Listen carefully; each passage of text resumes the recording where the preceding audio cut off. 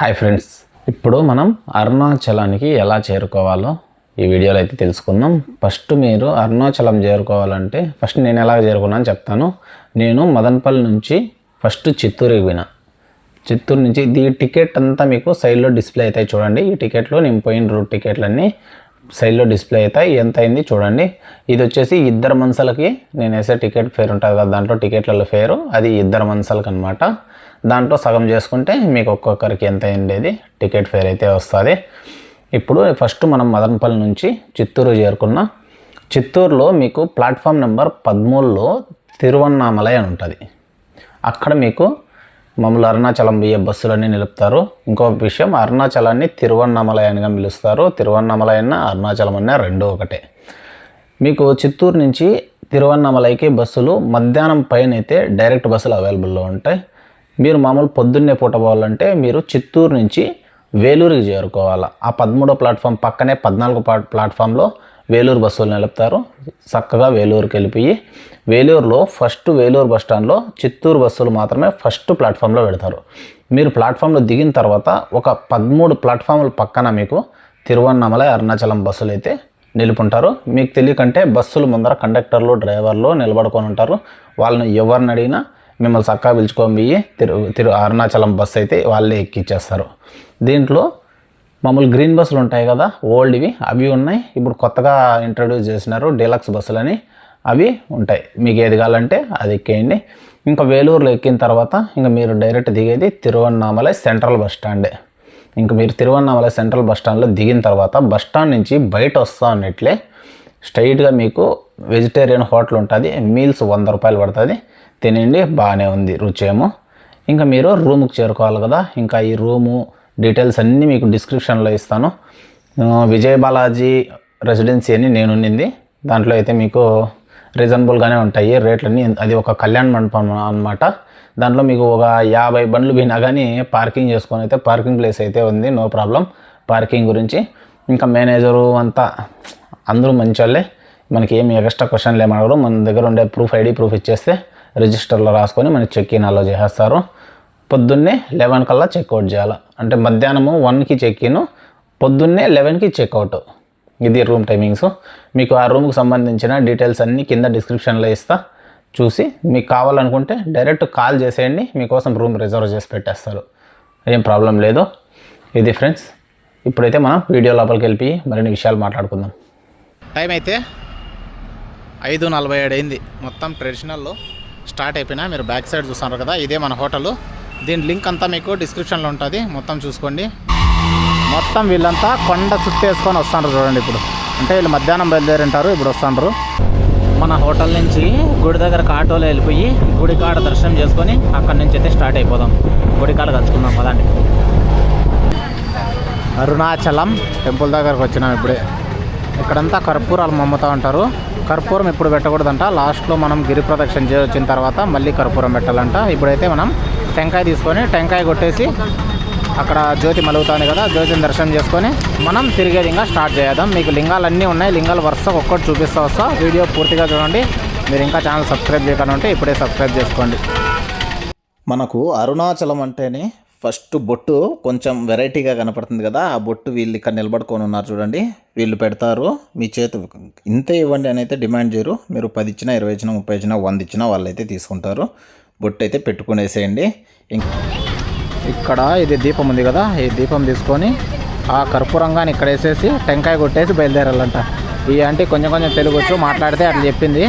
ఈ 3 కలిపి 100 రూపీస్. ఏడే టెంపుల్ ఉంది కదా, టెంపుల్ ముందరే ఉంటారు వీళ్ళు. ప్రపంచం అంతా ప్రశాంతంగా ఉంటుంది ఎవడు పని చేస్తే. పక్కనోటి పనుల్లో చేయి దూర్చి ఆయన ఇబ్బంది పెట్టి ఇది పెట్టి మనం చేయక మొత్తం అయిపోయింది. బొట్లు కానీ పెట్టుకుంటే వేసినాం చూడండి. ఇంకా గిరి ప్రదక్షిణ స్టార్ట్ చేద్దాం.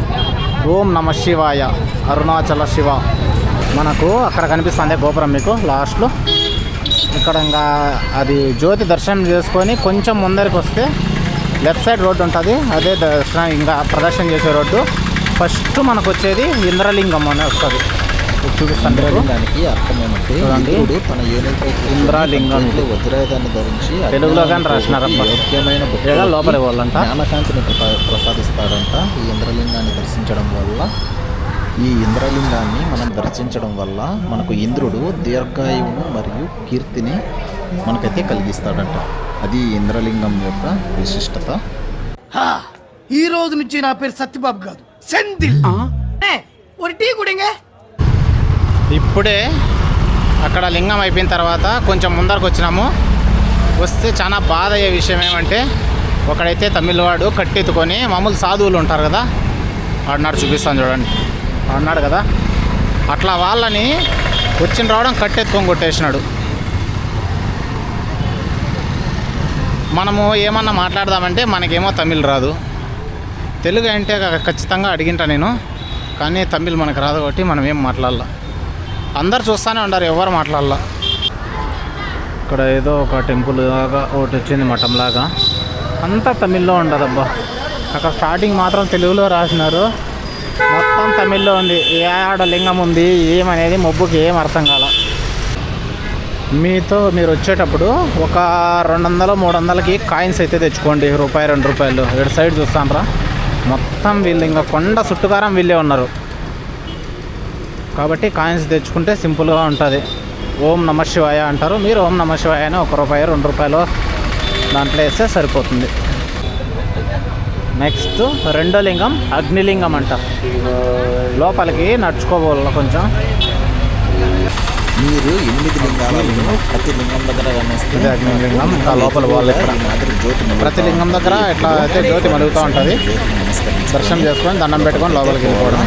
వీడియోలు ఫోటోలు లోపలైతే ఏం దేవుడికి పొరపాటున తీసినారనుకో, అక్కడ వాళ్ళు చూస్తే డైరెక్ట్గా ఫోన్ కానీ కెమెరా కానీ పెట్టుకొని కుండీలు అగ్నిలింగం 2 అని అన్నారు. సెకండ్ నెంబర్ కరెక్ట్గానే వచ్చినాము. ఫస్ట్ చూసుకున్నాం, ఇది సెకండ్. ఈ అగ్నిలింగాన్ని దర్శించుకోవడం వల్ల మనం గత జన్మలో చేసినాం కదా కర్మలన్నీ, ఆ కర్మలన్నింటినీ అగ్నిలింగం కాల్చేస్తుంది.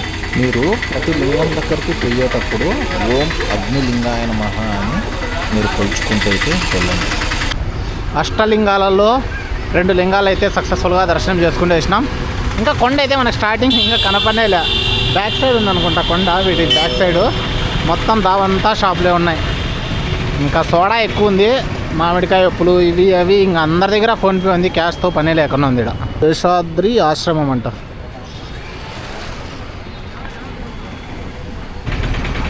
యోగి రామ్ సురత్ కుమార్ ఆశ్రమం అంటారు. ఇవేందో ఆశ్రమాలన్నీ చాలా ఉన్నాయి, మీకు ఎవరికైనా తెలుసుంటే కామెంట్ చేయండి దీని గురించి. మూడో లింగము యమలింగం అంట. ఈ లింగాలు లోపల వేయేటప్పుడు మనం వీడియో కానీ ఫోటో కానీ తీయకూడదని క్లియర్గా బయట అయితే ఫోటోలు అతికించినారు.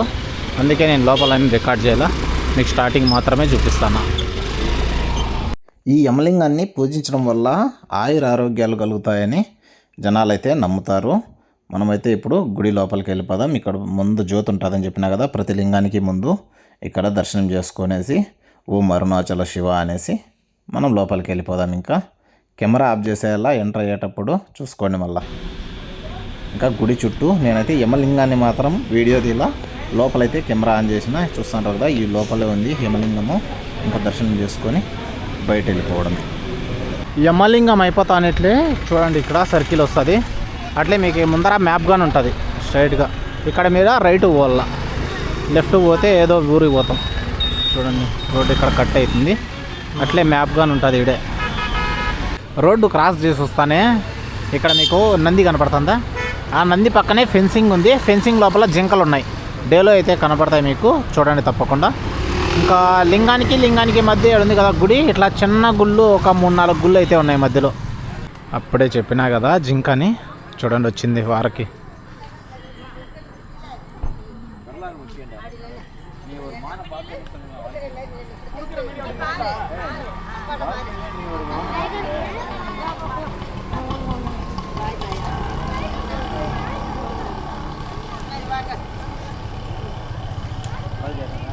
నెక్స్ట్ లింగం నైరుతి లింగం.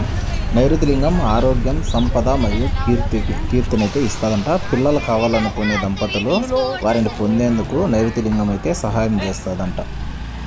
కొంచెం రోడ్డు పైన నుంచి మనం గిరి ప్రదక్షిణ చేస్తాం కదా, చుట్టూ రోడ్డు తార్ రోడ్డు, ఆ రోడ్డు నుంచి కొంచెం అయితే లోపలికి ఇవ్వాల్సి ఉంటుంది నైరుతి లింగానికి.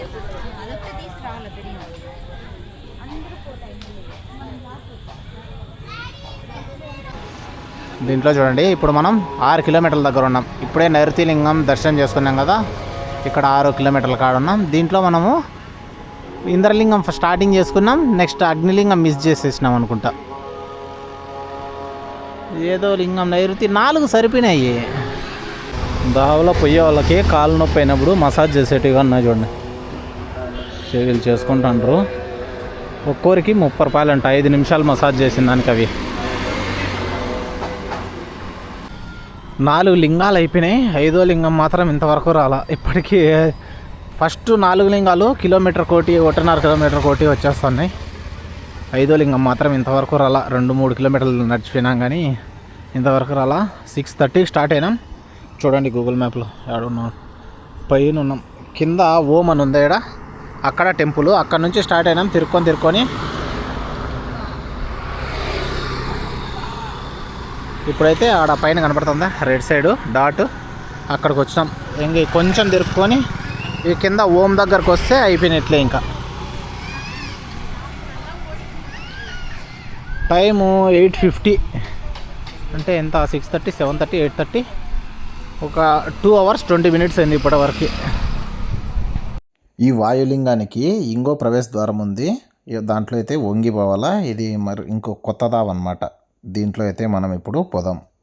వాయులింగం దర్శించుకోవడం వల్ల అనారోగ్యం, ముఖ్యంగా గుండె జబ్బులు, శ్వాస మరియు కడుపు సమస్యల నుండి ఉపశమనాన్ని అయితే కలిగిస్తుందంట. వాయు గాలిదేవుడు మరియు జీవులకు ప్రాణాధారమైన శ్వాసనైతే అందిస్తుందంట. ఈ వాయులింగంలో శ్రీవాయువు ఉన్నాడని నిరూపించడానికి అరుణాచలానికి తన నివాళులు అర్పిస్తున్నట్లుగా గాలి వీచిందంట. ఇప్పుడు కెమెరా ఆన్ చేయకూడదని చెప్పినా కదా, ఇక్కడైతే నేను బయట దిద్దామని ఆన్ చేస్తే బయట సాధు కూర్చోంలో ఆయన అయితే కరిసేసి సరే తీయలేదు. ఇది ఏం లింగమో ఏమో నాకే గుర్తులేదు. మీకు ఏమైనా బయట నుంచి చూస్తే ఏమైనా ఒక రఫ్ ఐడియా వస్తే కామెంట్ చేయండి. ఇది ఏం లింగం అయింది. ఈడ మామూలు రాళ్ళ సందులో దూరతారు కదా, అది ఇక్కడనే చూపెడతాను మీకు, దూరేది చూడండి.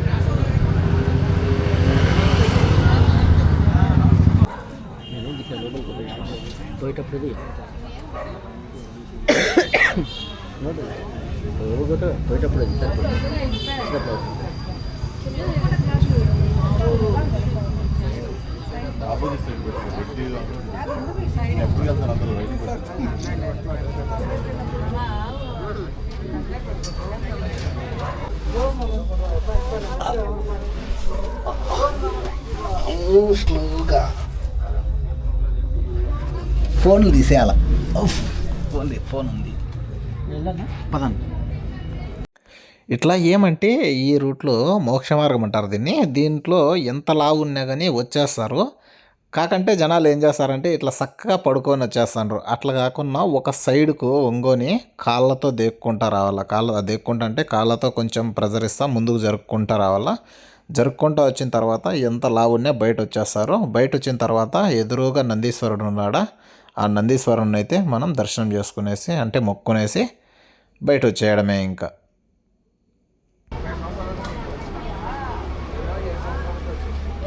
8 లింగాల్లో ఇది వచ్చి 8వ లింగము, ఈశాన్య లింగము. దీన్ని శ్మశానం అని కానీ పిలుస్తారు. ఇక్కడ చాలామంది ప్రజలు తమ జీవితాలను ఇక్కడే ముగించేస్తారు. మరొక లింగంగా ఉంది, అది అరుణాచల శివ ముక్తిలింగం. ఆ ముక్తిలింగం మనకు ఇప్పుడు కనపడదన్నమాట. ఇంకా ఈ 8 లింగాల చుట్టూ తిరిగితే ఇంకా మనం పుట్టినప్పటి నుంచి చచ్చే వరకు ఇంకా మనకు ఒక జన్మ అయిపోయింది అనుకోండి. ఇంకా ఒక జన్మ అయిపోయిన తర్వాత రెండో జన్మలో ఇప్పుడు అరుణాచలం పోయిన వచ్చిన తర్వాత స్టార్ట్ చేసినాం. ఈ క్యూలు అంతా కంపార్ట్మెంట్లు ఖాళీగా ఉన్నాయి కదా. మామూలు మీరు పౌర్ణమి రోజు వచ్చినారనుకో ఇంక ఇసుకేస్తే రాళ్ళంతమంది జనాలు ఉంటారు. అయ్యప్ప స్వాములు ఉన్నారు ఇంకా, మరి ఇంకా అయిపోయింది కదా మకర జ్యోతి, ఇంకా ఉన్నారు స్వాములు. మళ్ళా ఈ సాధువులు అయితే చాలామంది ఉంటారు. చిల్లర అయితే మర్చిపోకన్నా తీసుకోబండి. అందరూ చాలామంది మీకు కొండ గిరి ప్రదక్షిణ చేసేటప్పుడు అయితే కనపడతారు. ఈ గుడి ద్రావిడ స్టైల్లో ఉంటుంది, అంటే కట్టడము ఆర్కిటెక్చరు ఇదంతా. తమిళనాడులో ఆల్మోస్ట్ చాలా గుళ్ళు ద్రావిడ స్టైల్లోనే ఉంటాయి. చూడండి నైట్లో ఇది టైం ఇప్పుడు మనం గిరి ప్రదక్షిణ అయిపోయింది కాబట్టి ఇంకా లాస్ట్లో దేవుని దర్శనం చేసుకునేసి వెళ్ళిపోవడమే. గుడి అయితే క్లోజ్లో ఉంది. మనం పొద్దున్నే పూట వచ్చి పొద్దున్నే దర్శనం చేసుకోవాలా. నైట్లో అయితే క్లోజ్ చేస్తారు, పొద్దున్నే 5కి ఓపెన్ చేస్తారంట.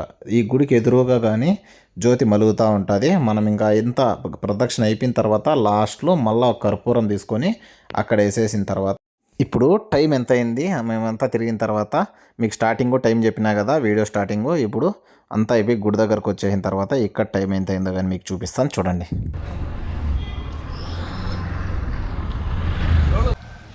ఫైనల్గా తిరిగేది అయిపోయింది కానీ కాళ్ళు మాత్రం షెడ్కి వెళ్ళిపోయినాయి.